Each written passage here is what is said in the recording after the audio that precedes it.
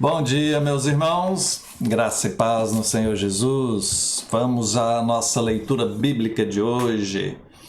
Marcos, capítulos 7 e 8.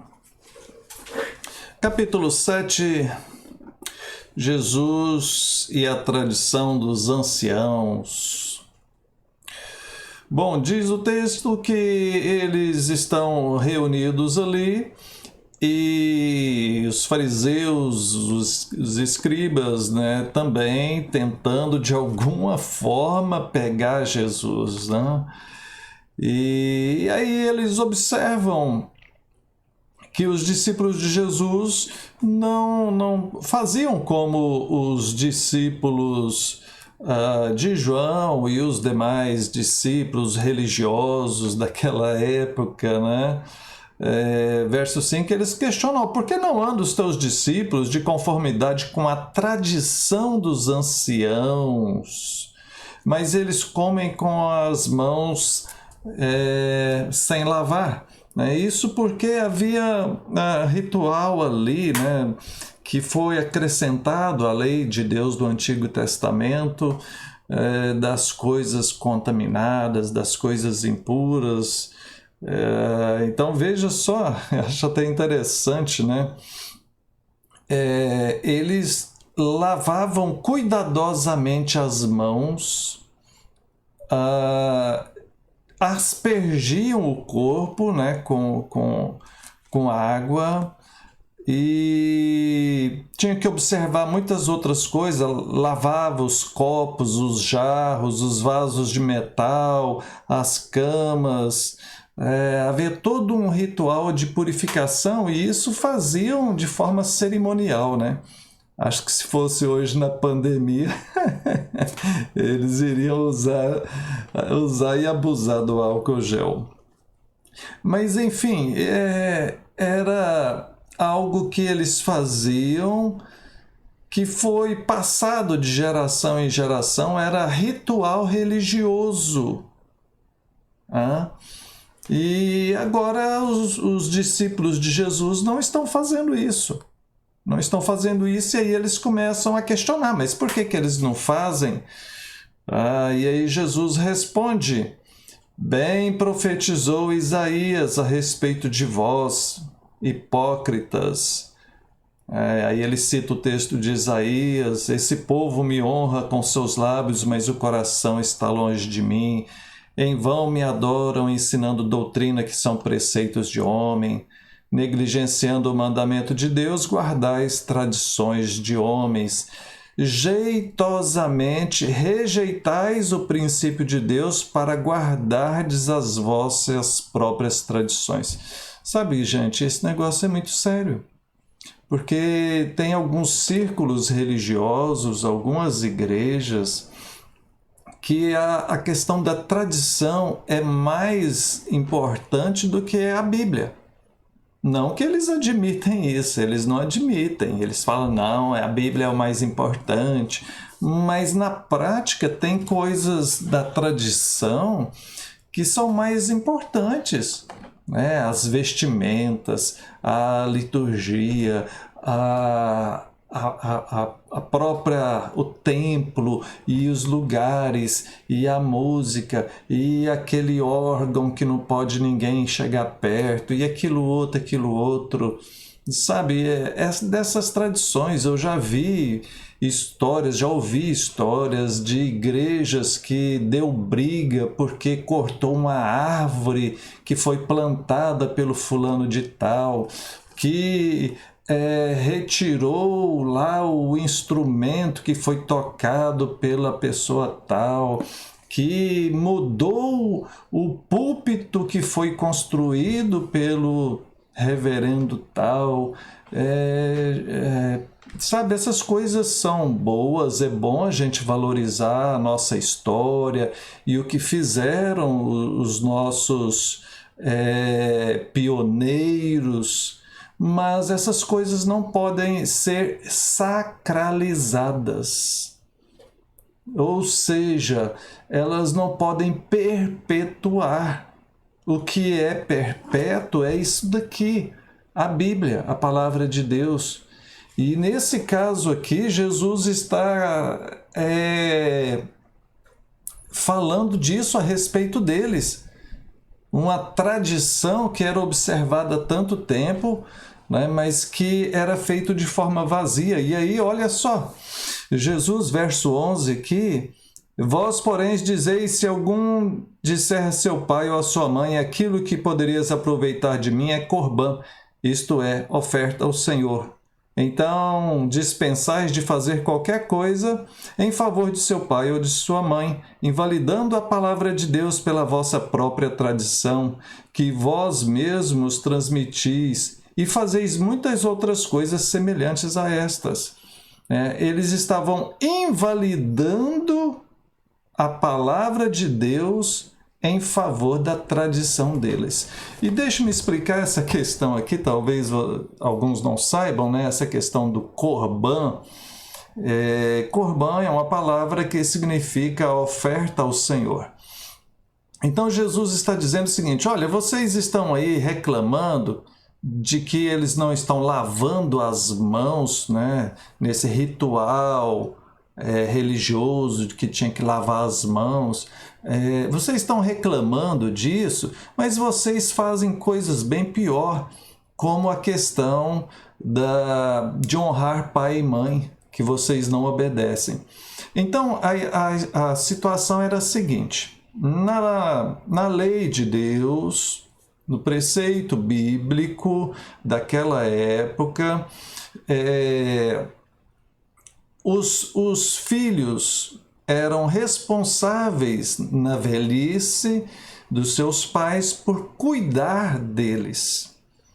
Não era apenas uma questão de bom senso ou de gratidão, de amor. Era uma obrigação. Os filhos deveriam cuidar dos pais, e se não fosse cuidado, esses filhos poderiam ser inclusive apedrejados, porque faltaram com a devida honra aos seus pais. Honrar pai e mãe incluía o fato de que, quando os pais necessitassem, os filhos deveriam providenciar o que eles necessitavam. E aí, então, o que os fariseus fizeram? Deram um jeitinho, né? Os brasileiros gostam de dar um jeitinho, né? O jeitinho brasileiro. Pois é, isso já é antigo. Os israelitas aqui, os judeus, já naquela época eram famosos por fazer isso. Então, eles falavam o seguinte: olha, é o seguinte, se o seu pai, sua mãe precisar de alguma coisa, né, precisa que você dê alguma coisa para ele, aí você fala assim: não, isso daqui é corbã, ou seja, isso aqui é consagrado ao Senhor. E aí, então, não posso dar para você, porque isso aqui eu consagrei a Deus. Então é o seguinte: olha, eu tenho aqui uma casa, né? E aí meu pai, minha mãe, né, que já estão idosos, estão passando necessidade, querem vir morar comigo, falam: não pode, porque essa casa aqui eu consagrei a Deus. E eu queria que você me desse um carneiro aqui, porque a gente está com fome, né, para a gente poder ter carne aqui para comer. Não pode, esse carneiro aqui é corbã. Esses carneiros aqui, esses carneiros aqui, foi tudo consagrado a Deus, né? E eles faziam isso de maneira mentirosa. Por isso que Jesus está acusando. Era um preceito farisaico, né? Os fariseus utilizavam dessa estratégia, um sofisma, né? O que é um sofisma? É uma falsa verdade, uma distorção da verdade, né? Então, eles usavam dessa falsa consagração das coisas a Deus para ficar para eles. Aquele carneiro ali é corbã, não é para o Senhor. Só que ele não dava para o Senhor, ele ficava lá cuidando. Entende? Então isso é a acusação de Jesus. Olha, vocês estão pedindo algumas coisas aqui, mas vocês não fazem. Por isso que vocês são hipócritas. Muito bem. Seguindo aqui, verso 24, temos a história da mulher Ciro-Fenícia. Diz que uma mulher encontra-se com Jesus e ela clama, né, em favor da sua filhinha que estava possesso de um espírito imundo. E então Jesus falou, olha, deixa primeiro os filhos se fartarem. Ou seja, Jesus, em outras palavras, eu não posso dar atenção para você, você é uma estrangeira, primeiro eu tenho que dar atenção ao povo de Israel, o povo da aliança. Então, não pode dar para os cachorrinhos aquilo que é para os filhos. Ele usa essa linguagem, essa ilustração, e ela fala, não, mas os cachorrinhos comem das migalhas que caem da mesa. Em outras palavras, ela fala assim, olha, mas mesmo que sobrar alguma bênção para mim, né, eu estou aqui pedindo. Né? E Jesus se agrada da atitude de fé e de humildade daquela mulher e a abençoa, cura a sua filha. O texto nos fala da cura de um surdo e gago. Entramos no capítulo 8, temos a segunda multiplicação de pães e peixes. Diz o texto aqui que... só um momento aqui. Diz o texto aqui que...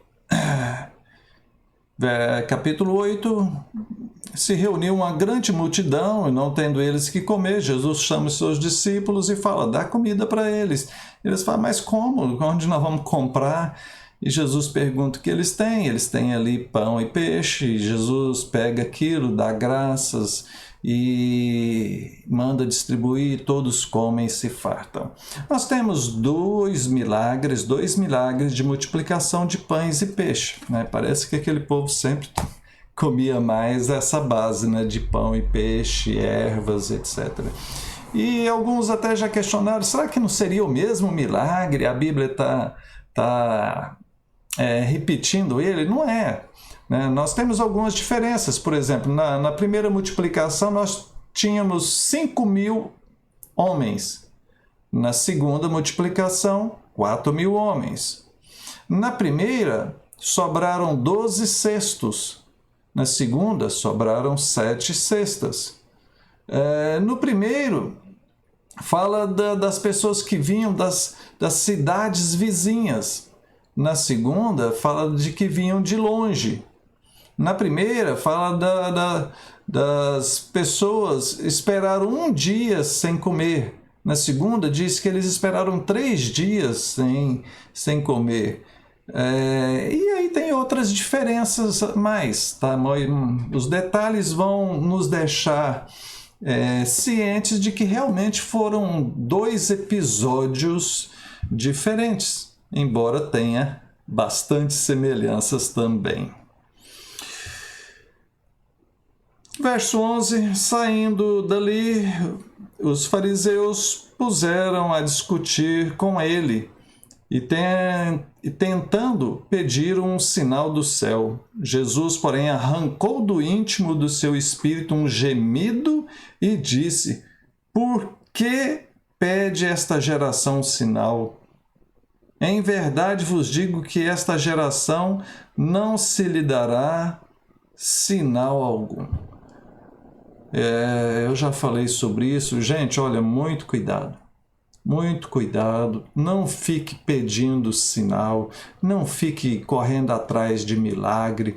Não fique tentando ao Senhor. Se o Senhor existe mesmo, faz isso. Se o Senhor me ama de verdade, faz aquilo.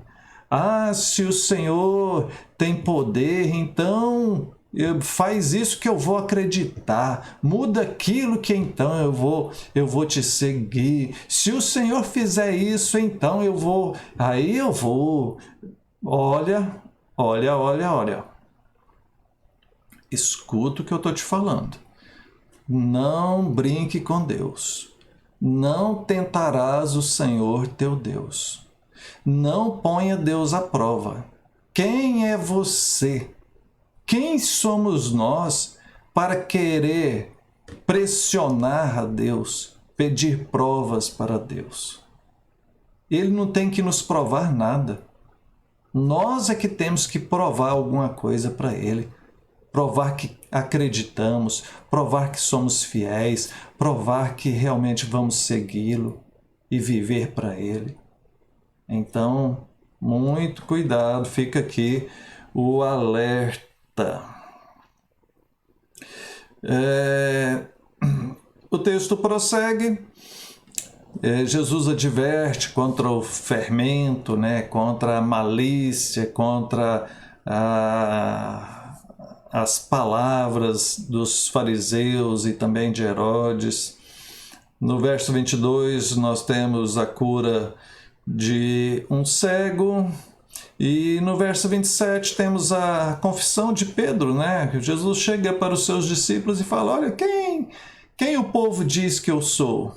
Aí eles respondem: olha, uns falam que o senhor é João Batista, outros falam que o senhor é Elias, ou algum dos outros profetas. E Jesus fala: e vocês? Quem vocês acham que eu sou? Aí Pedro já: opa! O Senhor é o Cristo. Tu és o Cristo, Filho do Deus vivo. Então, essa confissão de Jesus, né, nos outros evangelhos, mostra melhor que Jesus diz que isso é a base, né, da nossa identidade, ou seja, de confessarmos a Jesus como realmente o Cristo. A partir dali, Jesus começou a ensinar que era necessário, né, que acontecesse aquilo com ele, que ele iria ser preso, traído, crucificado, morto, depois ressuscitaria. Ele começa a preparar os discípulos para isso. E quando eles ouvem isso, né, diz o texto aqui que Pedro chama Jesus: Jesus, vem cá. Seguinte, vem cá em particular, o senhor não pode fazer isso. O senhor não pode fazer isso não, o senhor não pode falar isso não. O que é isso? Pode não. E Jesus diz, verso 33 aqui, Jesus fita os olhos em Pedro e diz: arreda-te, Satanás, porque não cogitas das coisas de Deus e sim dos homens. Quando nós começamos a falar coisas contrárias àquilo que é de Deus, nós estamos sob influência maligna, né? Veja, nesse sentido aqui, não significa que a pessoa está possessa, tá? Não significa que está possessa. A Bíblia não fala aqui que Pedro estava possesso. Diz que ele estava cogitando as coisas dos homens. E por isso que ele fala: arreda-te, Satanás, porque ao cogitar coisas dos homens, está falando as coisas do mundo que estão sob influência maligna.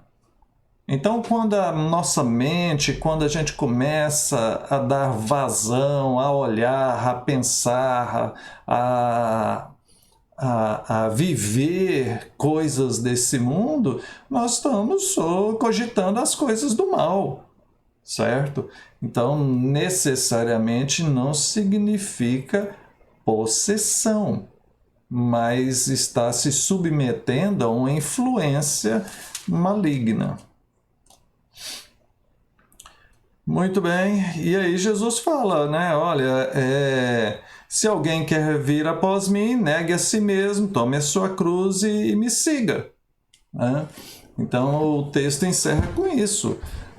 Ou seja, nós, para seguirmos Jesus, nós precisamos tomar a cruz, né? E tomar a cruz aqui é o símbolo do sacrifício para viver uma vida que agrada a Deus, nós iremos ter que sacrificar, que sofrer algumas coisas. Quando Jesus fala das bem-aventuranças, ele fala bem-aventurados que são perseguidos, os mansos, sabe, os que têm sede e fome de justiça. Vai apontar para o fato de que Deus abençoa aqueles que vivem segundo o reino, a vontade dele, em detrimento das coisas desse mundo. E isso, às vezes, vai trazer algum prejuízo, algum sacrifício da nossa parte, tá bom? Isso é o cristianismo. Isso é viver para Cristo. Que Deus te abençoe. Oremos. Bendito seja o Senhor, Pai. Obrigado por tua palavra. Dai-nos graça na medida certa para vivermos uma vida fiel a ti. Que assim seja, em nome de Jesus. Amém. Deus te abençoe.